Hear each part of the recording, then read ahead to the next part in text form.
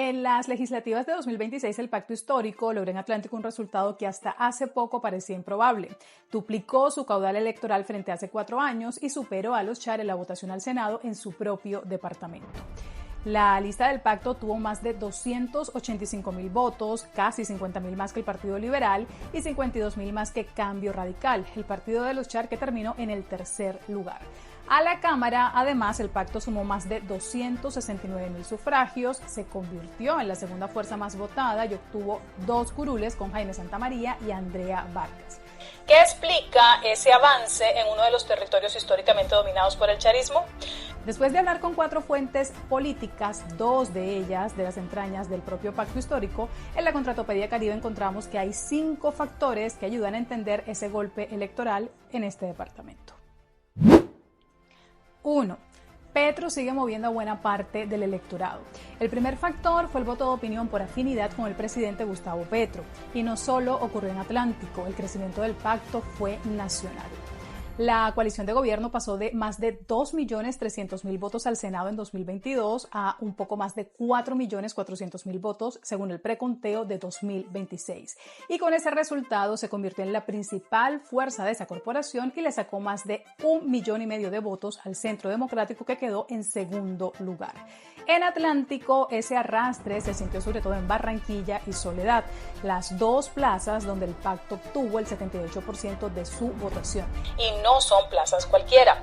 Barranquilla está bajo la influencia del charismo, que apostó con 4 candidatos a la Cámara y 3 al Senado, mientras que Soledad es el bastión del grupo del condenado Eduardo Pulgar, que obtuvo la mayor votación al Senado en el departamento con su hermano Yesid Pulgar y además aseguró una curula a la Cámara con César Barrera, ambos con aval liberal.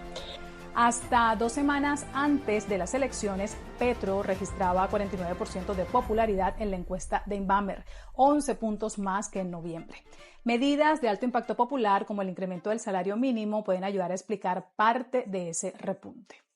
Y según la representante electa por el Atlántico, Andrea Vargas, una de las claves fue justamente esa afinidad de una parte del electorado con el presidente Petro.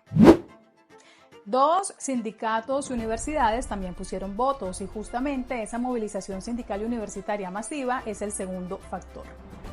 Uno de los sindicatos históricamente cercanos al progresismo en Atlántico es Sintra-Elecol, la organización de trabajadores del sector energético que volvió a respaldar al pacto en las urnas. No es una cercanía nueva, su expresidente ya fallecido, Hamilton Barreto, ya había sido candidato al Consejo de Barranquilla en 2019 dentro de la coalición Barranquilla Humana. También tuvo peso Sintra Unicaribe, el sindicato de trabajadores de la Universidad Autónoma del Caribe. Su presidenta, Natalie Álvarez, integró la lista a la Cámara en el 4º puesto. En esa universidad, intervenida por el Ministerio de Educación desde 2018, parte del profesorado y del personal administrativo ve con buenos ojos que la coalición de gobierno gane fuerza en el Congreso para que se acelere el proceso de estatización de esa institución. 2 docentes universitarios le dijeron a la Contratopedia que en las semanas previas a los comicios no hubo exigencias de planillas ni de votos en la autónoma. Y uno de ellos recordó que años atrás sí tuvo que entregar nombres de posibles votantes para campañas cuando la rectoría estaba en manos de quien hoy está condenada, Silvia Guete.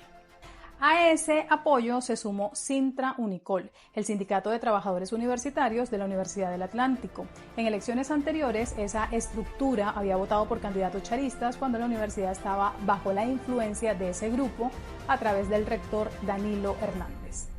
Pero desde diciembre, Uniatlántico quedó bajo control petrista tras la intervención del Ministerio de Educación y la designación de Rafael Castillo como rector. El movimiento estudiantil, además, ya tenía una inclinación hacia la izquierda y esta vez esa cercanía favoreció al pacto. Varios de sus representantes son cercanos a Andrea Vargas, egresada de esa universidad y activa en sus debates internos. 3. La burocracia de las oficinas nacionales también se movió. Otro factor estuvo en las oficinas territoriales de entidades nacionales como el ICBF y el SENA, cuyas cabezas administrativas responden directamente a Bogotá. Ser la coalición de gobierno de Petro no solo le dio al pacto visibilidad política, sino también la posibilidad de fortalecer una red de funcionarios y contratistas que mueven votos, y así lo demostraron en las urnas. En ese contexto, parte de ese personal terminó alineado con las listas del pacto al Senado y la Cámara en Atlántico. y había antecedentes que apuntaban en esa dirección. La Regional Atlántico del SENA, por ejemplo, se movilizó para participar en el Cabildo Abierto que el gobierno celebró el 20 de mayo de 2025 en el Paseo Bolívar. Desde los canales oficiales de la entidad, su director nacional, Jorge Eduardo Londoño, convocó a la comunidad educativa del Atlántico a acompañar al presidente en la plaza pública. A eso se sumó SINDE-SENACOL, el sindicato del SENA que promovió entre sus afiliados en todo el país las listas del pacto. 4. El apoyo de los Torres el 8 de marzo fue marginal.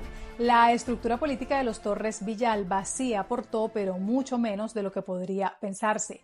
Dos fuentes que conocen de cerca cómo funciona ese movimiento político le dijeron a la Contratopedia Caribe que ese día los Torres no estaban enfocados en el pacto histórico, sino en las listas del Partido Liberal, en sacar adelante a su candidato al Senado, Camilo Torres Villalba, y a su fórmula a la Cámara, Yesmi Parraza. Ambos consiguieron los escaños. Esa movida se notó en Puerto Colombia, su principal bastión electoral. Allí la lista liberal al Senado fue la más votada y la de la Cámara quedó en segundo lugar. Las listas del pacto, en cambio, ocuparon el tercer puesto. Pedro Flores, otro de los miembros del clan Torres, sí movió votos por el pacto y, según una fuente del movimiento, también facilitó parte del transporte para movilizar votantes, pero el grueso de su grupo estaba enfocado en la campaña liberal. Donde sí pesó de verdad la maquinaria de los Torres fue meses antes, en la consulta interna del pacto con la que se definieron las candidaturas y el orden de las listas. Con esa fuerza, Jaime Santamaría consiguió la cabeza de lista a la Cámara y Pedro Flores se convirtió en el candidato más votado al Senado dentro de la consulta con 185.000 votos. Y 5, la izquierda llegó menos fracturada. La última clave fue interna. A diferencia de 2022, la izquierda del Atlántico llegó más unida a las urnas en 2026. Hace 4 años, distintos sectores progresistas se desmarcaron del pacto por el malestar con quien terminó como su cabeza de lista, Ahmed Escaf, un perfil sin trayectoria ni militancia en la izquierda, pero con antecedentes de afinidad charista. Esta vez, en cambio, el progresismo llegó con menos ruido interno y además la línea de la Colombia Humana, en cabeza de Andrea Vargas, apostó por el trabajo en calle en zonas especialmente vulnerables a la compra de votos, como las localidades metropolitana, suroccidente y suroriente en Barranquilla, así como en los distintos barrios de Soledad.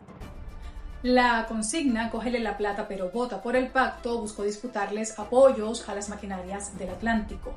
Esa mayor cohesión política y ese trabajo en terreno le permitieron al pacto histórico llegar con más orden a las urnas el 8 de marzo y evitar una dispersión del voto progresista como la que le ocurrió en 2022.